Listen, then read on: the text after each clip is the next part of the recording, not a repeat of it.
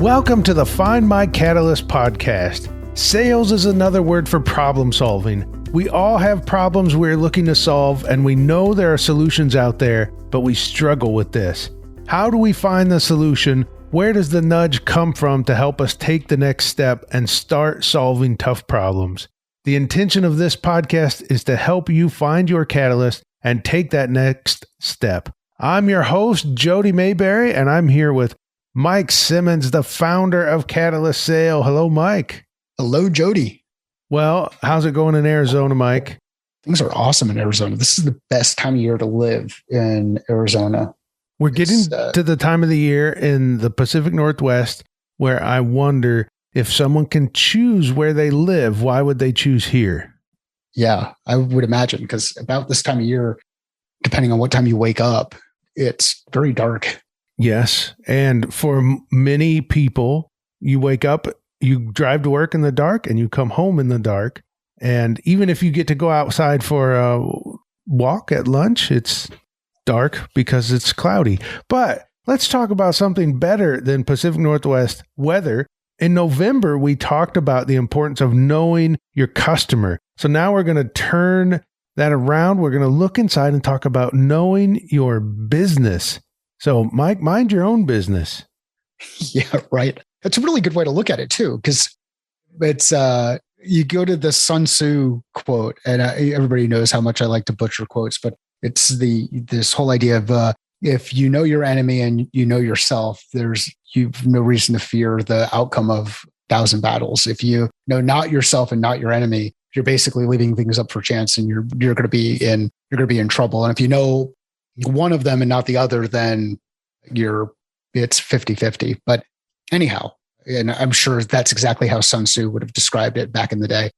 But yeah, you've got to imagine this. Like we first started with know your customer because so many of us focus on ourselves first before we start talking about our customers, or even when we engage with our customers, we focus on what our business does and why it does it and all this other kind of stuff. And you know how much of a fan I am of Donald Miller stuff and building a story brand, and the importance of realizing that the customer is the hero in the story. You know, we as the solution providers, we as the ones who are trying to help our customers have a really powerful role as the guide. Well, in order to guide, you actually have to have a plan. In order to have a plan, you've got to know your business. So we're going to look in the mirror and talk a bit about the importance of understanding our business and some general questions that we can go through and start writing these things down to create clarity as we get better at describing who we are, what we do, and why we do it. All right. Get us started, Mike. Where do we begin when we're looking to see how well do we know our business? My primary question on any of this, and we talked about this from a customer perspective, and it's the same question when we're talking about the business, but what problems, in this one, it's what problems do we solve? So what problems exist out in the marketplace that we actually solve for? What problems do you solve? You can write this down on a note card. What problems do I solve? What problems do we solve? What problems do you solve? And that should be a fairly short, straightforward answer. If you're writing a paragraph in there, you might have some work to do. You're going to have a fair amount of work to do, because this is one of those things where it's like, oh, we solve this and we solve this and we solve all of this and we solve all of this. And you got to ask yourself the question, am I the Costco of solving problems in the marketplace, or the Walmart of solving problems in the marketplace, or the buffet of solving problems in the marketplace? Or do I just make the absolute best hamburgers in the entire world, and the name of my company is In-N-Out? I like that example, but it's curious that you're talking hamburgers and you started with Costco and Walmart. But I almost went hot dogs, but there's Ted's Hot Dogs that's out here in Tempe that has some great hot dogs, but I don't know if everybody else would know who Ted's Hot Dogs is. So, and Costco sells hot dogs in their area. So that was going to be the piece. But anyhow, so Jody, thanks for beating up is that an alliteration or my story? Well, see, that's what happened here is Mike started down a path and he realized, okay, this isn't going to have the ending I hoped. So he just adapted right mid-story, which I appreciate, Mike. And you would have gotten away with it had I not called you out. But I appreciate what you did. And I appreciate you. All right. Step number 2, we started with answering the question, what problems do we solve? Mike gave us a good Costco story without the hot dog. So what takes us to part number 2? The part number 2 is who actually has those problems? Who are the people out there that struggle with these things?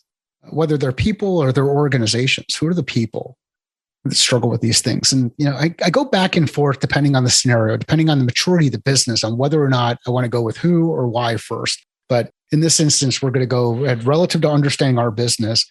Who are the people that have that specific problem?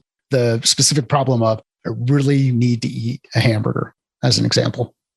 Okay. That could get interesting. This will probably be longer than what problems do we solve, because you could serve hamburgers to businesses. You could serve them straight to customers. I mean, this could get a little bit longer, but it could also be just, if you cut hair, you could say, who has those problems? Men with hair, right? So it depends on what you do, but this could be a longer answer. What's step number 3?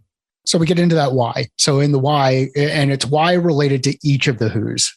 The why related to each of the who's. And again, people are going to look at this and they're going to say, wow, this sounds similar to what we talked about on the customer side. And it is. They're the same questions. The perspective that we're looking at is the thing that shifts. So the why relative to the who's, and the why, and then build on that a little bit further and say, why is it important to us as business owners, as solution providers, as people who serve a given market to solve that problem? Why are we specifically compelled to help people find a solution to solving those problems? So we went through what, who, why, and I know your next question is going to be what's number 4. So number 4, now this gets into the specific thing, which is how do we do it? How do we do it? What makes us different?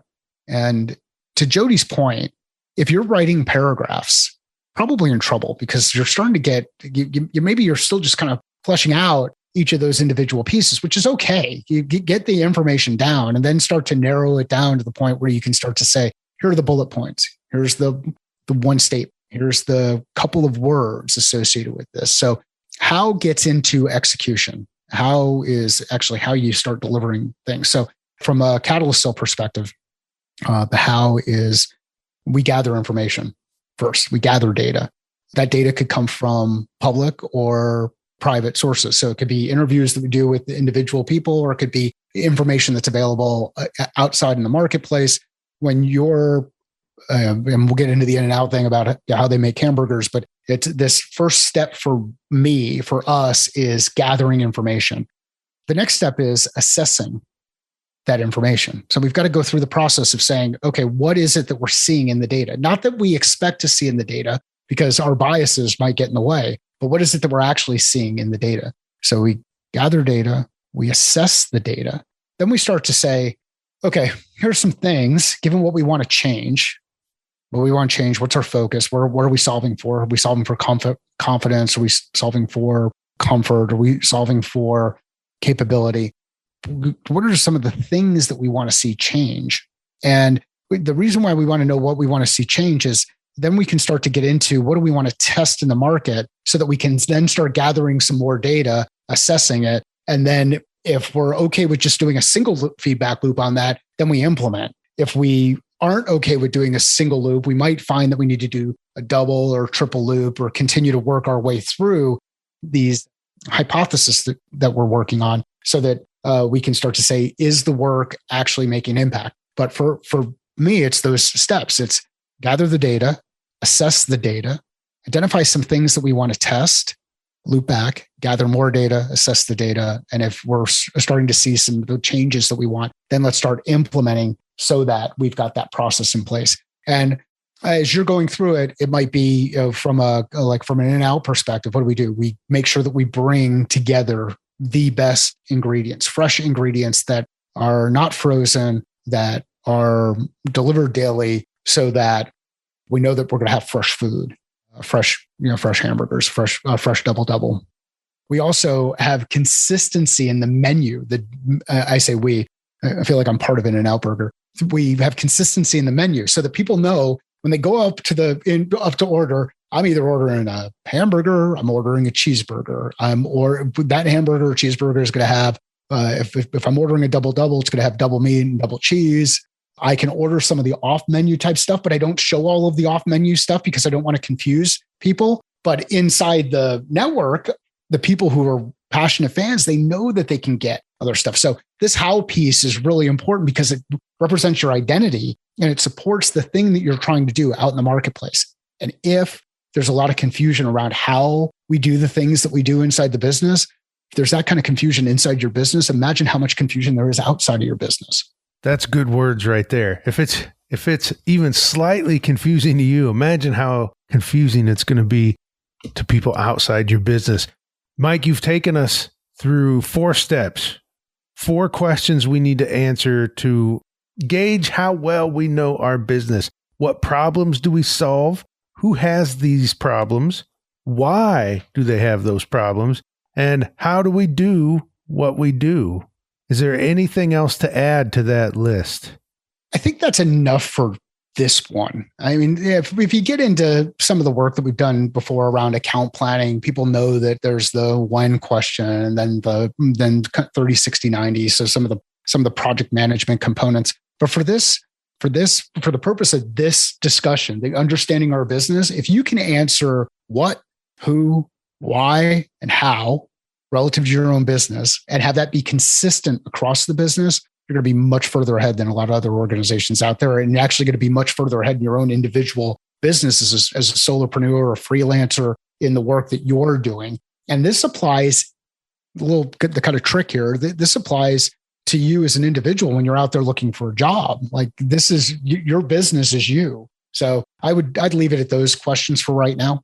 All right. Well, speaking of leaving it somewhere, let's leave this episode by talking about Demystify Sales. Yeah. So we've got a course that's out there. It's published a while back, and we'll go through, I think over the next little bit here, we'll go through and revisit some of the pieces of it. But Demystify Sales for the non-sales professional is a Catalyst sale course that is available for purchase. And you can purchase it as an individual at an individual level. You can purchase it for teams. Each of those include there's levels that include various amounts of coaching. We get into in that course, understanding your customer, understanding your business, understanding your approach as a rep. How do you go out there and execute as an individual? And then some of the foundational pillars of sales, which are gathering data, conducting research, leveraging story, the importance of time management, and the importance of project management. And again, that's Demystify Sales for the non-sales professional. Where can we find that? Go to catalystsale.com and click on courses, and it is right there in the menu. catalystsale.com, courses. All right. Thank you so much, Mike. And thank you for listening to the Find My Catalyst podcast.